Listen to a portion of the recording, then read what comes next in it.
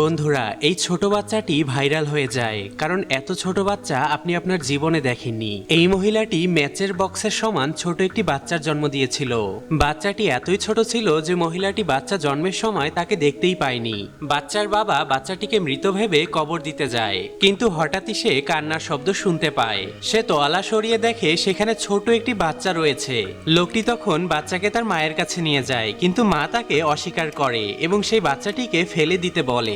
কিন্তু লোকটি তার স্ত্রীকে বোঝায় বাচ্চা ছোট হতে পারে, কিন্তু সে তো তারই রক্ত, তাই সে তাকে লালন পালন করার সিদ্ধান্ত নেয়। কিন্তু লোকটির শাশুড়ি মনে করত এই বাচ্চা হচ্ছে অভিশপ্ত, এবং একদিন যখন লোকটি কাজের উদ্দেশ্যে বাহিরে যায় তখন তার শাশুড়ি সে বাচ্চাটিকে আগুনে পুড়িয়ে মারার চেষ্টা করে।